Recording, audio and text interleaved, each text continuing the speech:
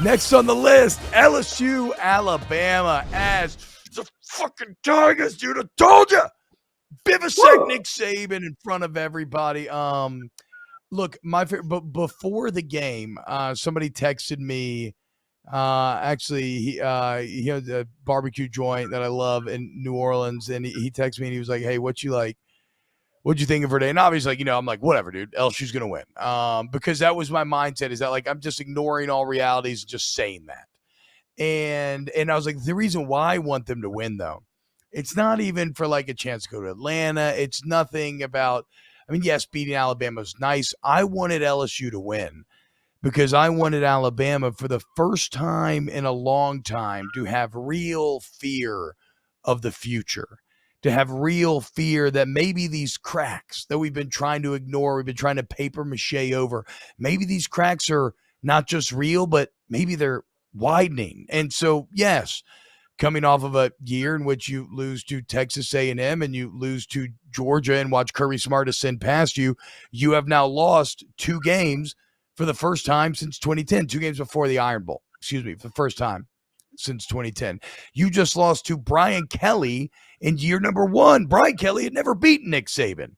Now, granted, let's acknowledge that there is a bit of a logical fallacy in there, potentially, in that Brian Kelly was only facing the best Alabama teams, but he had still never beaten a Nick Saban team, and he took a year 1 LSU team that has a 2 freshman starting offensive tackles, a freshman defensive linebacker that is their most productive defensive player, a true freshman tight end who caught the biggest touchdown and the 2-point conversion in the game, and then a bunch of other transfers. You got Joe Fouché, highest graded player of the defense according to PFF. He's an Arkansas transfer of safety.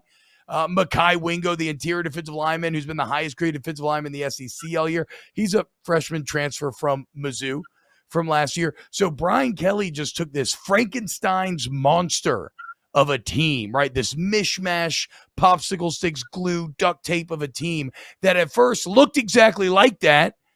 Frankenstein taking its first steps in that first game against Florida State, and he just beat Alabama and Nick Saban with a Heisman Trophy winning returning quarterback. Like, that is borderline insane. Nick Saban's been in Alabama for 15 years, as we said. He's had a decade and a half of stacking number 1 and number 2 classes, and yet LSU manages to win here in year 1. So when I talk about real fear of the future, real worry about, can Saban stay on top? Alabama fans are going through it today. And it's because they see Kirby and Georgia, who are now clearly number 1. And now they have a little bit of the fear that one of their rivals that they thought they had smushed into the dirt all of a sudden comes back year 1 under a much more competent general than they were used to having. And maybe that was the other big takeaway here, is that we said it, like, normally the bye week has not been an advantage for LSU, mainly because you have been at a pretty significant – wondering, okay, is that still going to be the case? And with Matt House had a masterful game plan defensively. Mike Denbrock's really doing a great job of stressing all the areas of the field offensively. And so, no, for the first time in a long time, I think LSU's coaches actually helped LSU win this game instead of maybe them like kind of winning in spite of them.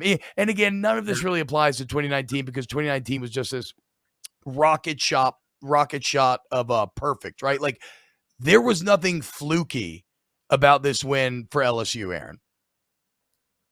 No, there wasn't. It was just good football on both sides, and it was good to see. I mean, Harold Perkins at linebacker was could you limit Bryce Young from being Bryce Young? Like the play that he had before overtime where he ran around and threw it to a wide open receiver, like it happened that time, but you didn't really see a ton of that throughout the game. Like they kept him in check, and that's why one of the reasons why Bryce had one of his worst games of his career at Alabama. The frustration of having to sit in the pocket and deal with the LSU pass rush and not run around and be creative with his legs in order for his receivers to get open down the field. That's when we really saw, in my opinion, Alabama's true colors at receiver. Because it's easy to get open when your quarterback's running around and you have 6, 7, 8 seconds to get open. Like a DB, I don't care how good you are at DB, you're going to find a way on the offensive side of the football to make a play. And we've seen that over and over and over again this year. Essentially Bryce was forced to get Jahmyr Gibbs involved in the passing game. And those were the big plays. Like, can we find Gibbs out of the backfield because our receivers are not good enough to consistently get open play after play after play if the quarterback only has 3 or 4 seconds to throw the football. So that's the key. Can you keep Bryce in the pocket? And if you can do that, their receivers are not good enough to beat you over and over again, which is something that we have not seen from an Alabama offense in quite some time at the receiving position. So that's a little bit kooky.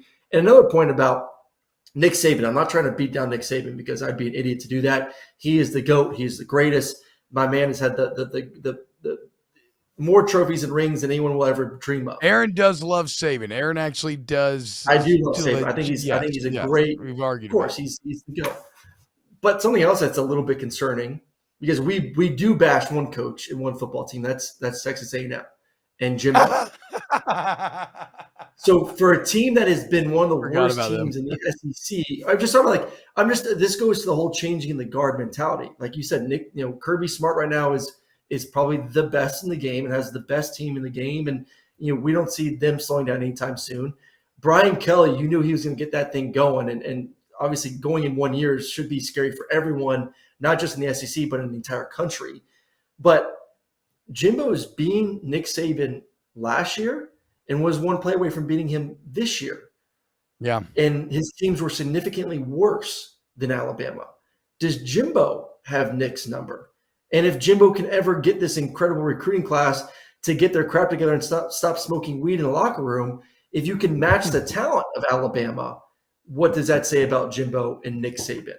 So there's a lot of coaches in this league right now. We know it's a great league of coaches. Now I'm interested this weekend. Lane Kiffin, does he make his mark in this league? And then Hugh Freeze. I had Hugh Freeze this past weekend versus Arkansas. Made a massive statement of, hey, I deserve the job for Auburn. Hugh Freeze is the guy that's beaten Alabama, twice when Nick Saban was there? Yep. So you may be talking about adding him into the SEC here in the next year or so. So all that to be said, Nick Saban will go out on his terms. He will go when he wants to leave. Ain't no one ever going to push him out. You'd be stupid to do it.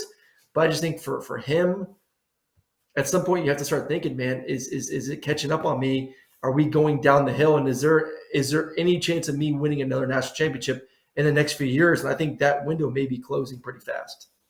So that is very interesting. I thought maybe it was productorial overreach by Brum putting the question in the chat, will Saban win another title at Alabama? But in light of Georgia's success, it's, again, Aaron, it goes back to your other point. Like, if you couldn't do it with Bryce Young, like, who are you going to get to do it with? Will Anderson. And Will Anderson, yes. And Will Anderson. And Battle. I mean, at SEC Media Days, we were saying this might be the best collection of 3 players that we have ever seen a school take to SEC Media Days. And Gibbs may be the best running back in the nation. Best running back in the nation. So, you want to talk about football cliches then? And I know this shit gets boring, but hearing it. But when people talk about the trenches, it all starts up front. Controlling line of scrimmage. Look, cliches are boring, but a lot of times cliches are rooted in truth. They're boring because they're obvious, right? And so how do you have a Bryce Young, a Will Anderson, how do you have all these guys, Jahmyr Gibbs, and not find the success that you're used to, Aaron? And it's because for the second year in a row, and even more so this year, the offensive line is bad. They lose Evan Neal, but then you think you replace it for old boy from Vanderbilt, you're fine. No, the offensive line is bad this year. They're 116th in O-line penalties per game. They're 124th in blown run block rate. They're 109th in total block blown rate. They gave up over 20 pressures to LSU. That's how Bryce Young got held to under 50% passing. Like, this is not an Alabama offensive line that is capable of not only setting Young up for success, but helping them to mask some of the deficiencies they have as weapons, right? Like, certainly if they had some of their receivers of the past, those numbers would probably be better also. But that is one of the main issues, that if Alabama does want to win another national championship, they have to get back to those dominant offensive lines. Like, I mean, bro, I remember back in and this is a different side of football then, but like 2011 and 2012, sometime around there, they had backs averaging 4.5 yards before contact. Like those lines were so good that guys were getting half a first down before they even got touched on average.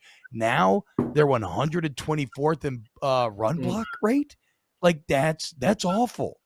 And that is something that you would think Nick Saban get fixed, but with Kirby Smart sucking all the oxygen out of the room again, it's just really, really tough, dude.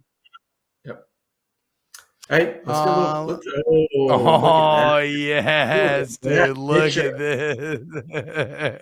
If this picture doesn't get some more likes from our chat right now, if that picture doesn't get some more likes from the chat room, come on. Yes, Nick Saban. Nick Saban, feed me your tears. Cause Saban, are you upset, Saban? Did you lose? Oh no, Nick Saban, I'm so sorry. Oh, come here. Oh, are you mad at Bill O'Brien, Nick Saban? Oh, come here. That's been my favorite. That's been my favorite part is all my Alabama friends just texting about how much they hate Pete Golden and Bill O'Brien. And then you got Aaron Suttles going on like next round day talking about how bad Bill O'Brien is and oh man. And they're all my friends are all pissed at the SEC transfers. Like Eli Ricks, who's the other one? Jermaine Burton. Like these freaking traitors, dude. They're soft.